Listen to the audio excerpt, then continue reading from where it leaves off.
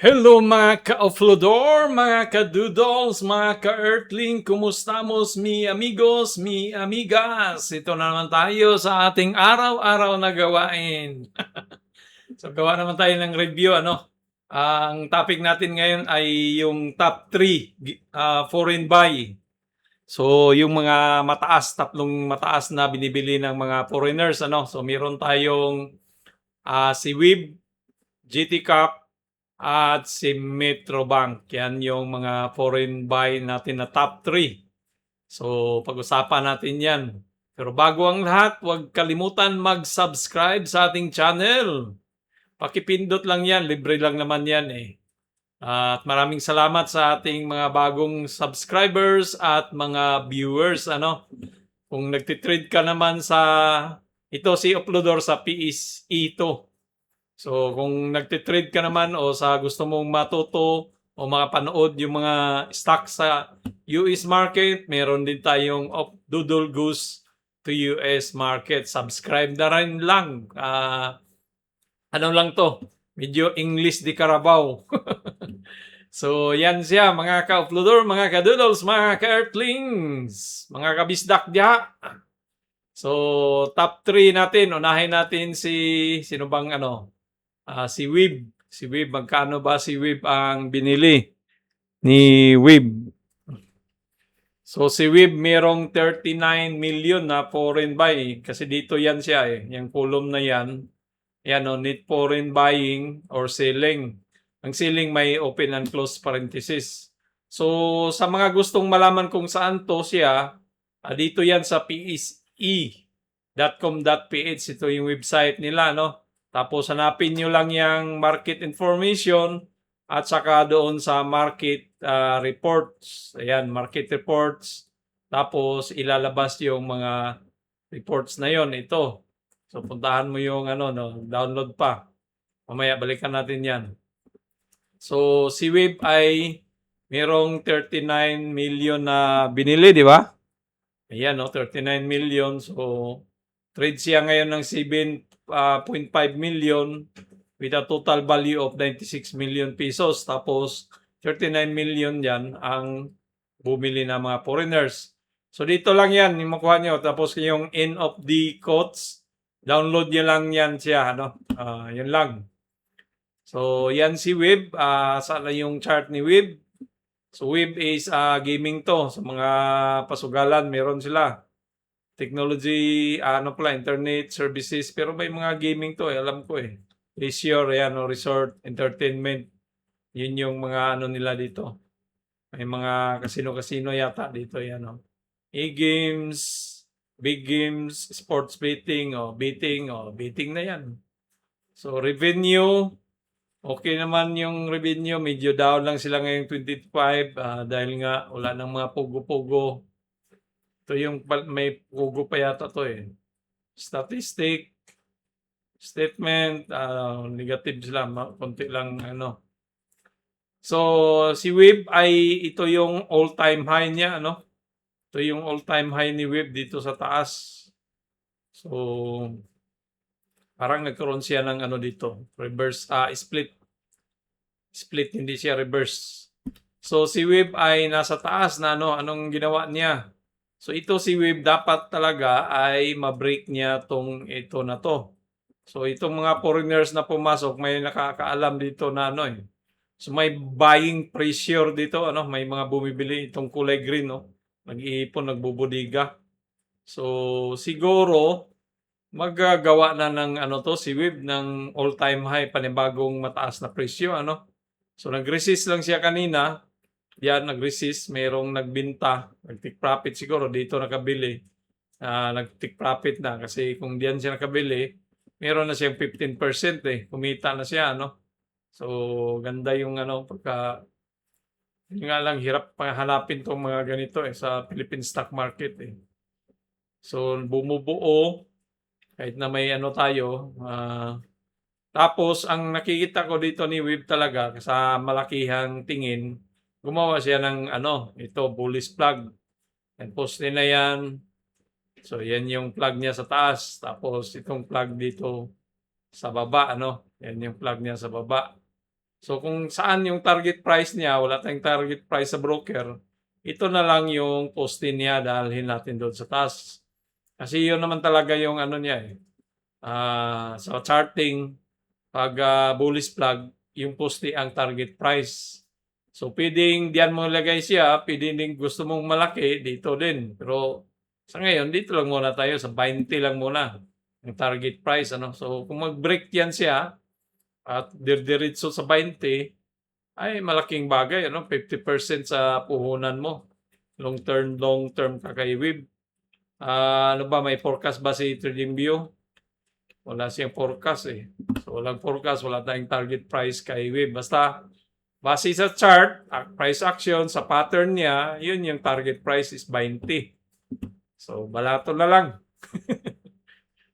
So next is GT Cap. Magkano ba si GT Cap ngayon ang binili? Foreign buy. So GT Cap, GT Cap, may black sale pa siya. So mayroong 97 million na foreign buy, ano, napakalaki. So anong meron, bakit binili siya ng 97 million? So GT Cap ay may hawak tayo dito, nasa 520 tayo eh, ayaw pa umangat eh. So ano bang ginawa ni GT Cap sa kanyang pattern, ano ba? So ang nakikita natin dito na pattern ni GT Cap ay wala namang iba kundi ito lang, channel. Parang ganyan lang. Tapos dalhin natin tong ano. Dito yan sa bottom niya. Yan lang, channel yung nakikita kong pattern niya eh. So channel, nasa baba pa siya, nasa ilalim. So namigay na siya, nakatanggap na tayo nitong dividends. Kailan ba sunod dividends? April, August. So August pa pala ang next na dividends. 3. Medyo mababa, City dati eh. 3 ngayon. So dito pa tayo. Down pa rin, ipit pa tayo. So naghintay-hintay lang tayo. Pero at least nasa medyo mabuting kamay tayo. Nasa ilalim pa eh. So kaso lang, ang delikado dito, balikan niyang COVID na presyo, itong 378. Pero sana tuloy-tuloy na yung foreign buy na na 90 million. Meron ba tayong nabili dati? So meron dati na 26. So ngayon may 97 million. At magkano ba? 97 million nga. Ayun ang 97 million. 97 million. Dapat lagay na natin yung sige, di bali, next. Lagay natin yung ceiling naman na So 97 million yung bumili na foreign buy. So ibig sabihin nito, mayroong chance yan siya na humataw na, malaki. Bakit kaya mayroon? Problema lang palagi lang humataw pero ayaw umakyat tumudo So kung long term, magtiyagaan lang tayo, maghintayan tayo dito. Dito yung target price natin kasi channel eh. Kumbaga nasa ilalim pa siya eh. So ibig sabihin kung nasa ilalim pa, grabe naman mo bumalik yan sa tagusin niya itong balikan niya yung COVID So magsawa din yan dito eh, nagkunso-kunso lang siya dito. Baka aakyat na yan doon sa taas kasi yung target price ng broker naman natin is 680, with 78, 780. So nasa taas So si TradingView, i-forecast niya. Tingnan natin yung forecast niya, kay TradingView. Sell naman yung niya, forecast is, so 930 yung forecast, mayroong siyang 752. 1 year forecast yan. So galing ngayon, so itong forecast na to, matagal na to eh. So baka December, makikita na natin dyan siya, sa taas. So titingnan natin. 900 plus. So dito lang muna tayo, target lang muna natin yung So kung dito ka bibili, paalala lang po, hindi to financial advice. Ija-ija, ahu-ahu, tajo, So mayroon kang 60% kung long term lang ang pag-usapan, Naakyat yung pira mo ay tutubo siya ng 50%. Saan ka pa kung mangyari yun, Ang tanong, kailan? Pero ganoon talaga yon. Basta mag-invest ka dito, tiyagaan lang. Basta ang ilagay mong pera dito, yung pera na ano, yung tawag niyan, yung extra, surplus o hindi mo gaanong ginagamit. Pero ako wala na akong ipon, eh, nandito na lahat sa stock, eh. So, habang may trabaho pa naman. So, 'yan si GT Cap. Si Metrobank, meron din siyang bumili. May binili din kay Metrobank na MBT. Medyo maliit yata yung kay MBT. So, merong 75 million ano, na bumili kay Metrobank naman na 75 million. Bullish yung plug niya, eh. So, meron tayong hawak dito, nasa 74.91 tayo. May 3,000 share tayo, ano. So, magkano binili? 75 million si Metrobank. Si Metrobank, nanay niya to si magkano ba yan? 35 million. Kasang boses ko, kasi nalapit sa mic, eh. So 75 million. Ay nako, hindi na gumagana yung utak natin, 75 million. So merong bumili na foreigner, ano. Itong si Metrobank at saka si GT Cap pala, si GT Cap nanay niya to, eh, kasi holdings yan si GT Cap, ano. So marami siyang mga companies, si AXA, Metrobank, si Toyota, yun.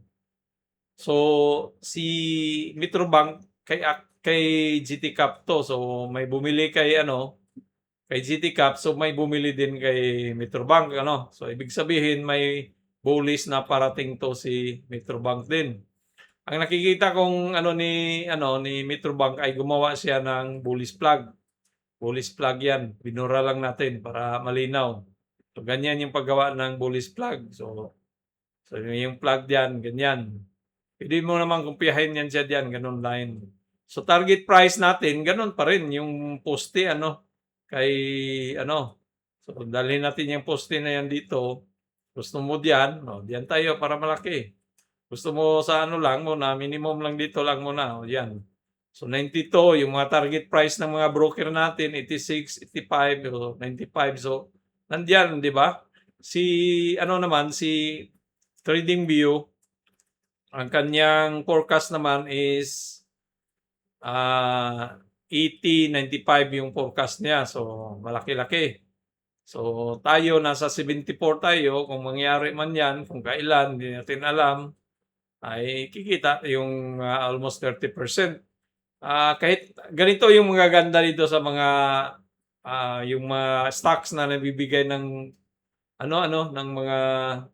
So dito may natanggap tayong 12,000 dito kay Metrobank sa 3,900, multiply mo ng 3.5, nasa 12,000 yan. So nakatanggap na tayo, di ba? So habang hinihintay natin siya angat, binabayaran ka. So next naman is meron siyang sa September naman ang next na bigayan, mga mababa lang 1.5. So lapit na. Katanggap na rin tayo ng naman ulit. So 1.5 kalahati sa So mga lang 'yan, mga 6,000 o 5,000 siguro. So ganun yung nakaganda pag mga stock na namimigay ng dividendo. Kasi naghihintay ka, binabayaran ka niya, naangat. So, ito si Metrobank, kung tingnan natin, kailangan na i-break tong na to. Yan, dapat ma-break niya sa linggo na to. Yan. Or talaga, ito na lang para yung 69, ma-break niya yan para humataw na siya doon sa taas, si Metrobank. Baka ganyan. So, palagi tayong naggagawa ng chart na paakyat ang presyo. Kahit napababa yan, pero paakyat tayo. Think positive tayo dito para tudo-tudo. So, kung ikaw ay mayroong savings account ng Metrobank, bakit hindi mo gawing broker si Metrobank, Si First Metrosec, ang kanyang pangalan ng online broker. So, Metrobank din yun. So, habang nag-iipon ka kay Metrobank na hatiin mo yung savings mo, ibili mo kay Metrobank, di ba? Ganon din lang din yan, eh. Savings naman yan, mas malaki pakikitain mo dito, Pero yun lang, hindi mo siya mabilisan na makuha kaagad na pera. Pero kaya nga hatiin mo yung savings mo. So, kunwari, kada buwan nag-ano ka, 10,000 sa bangko, mag-deposit ka kaysa iipon ka, 5,000 ipon mo, 5,000 sa bank investment sa stock ni Metrobank, 'di ba? Para kumita ka, mas malaking kinita mo, ano. So, 'yan lang po. Maraming salamat. Huwag kalimutan mag-subscribe sa ating channel, Offloader sa Pinas Market at saka Doodle Goes naman sa US Market. Adios mi amigos, mi amigas, babus!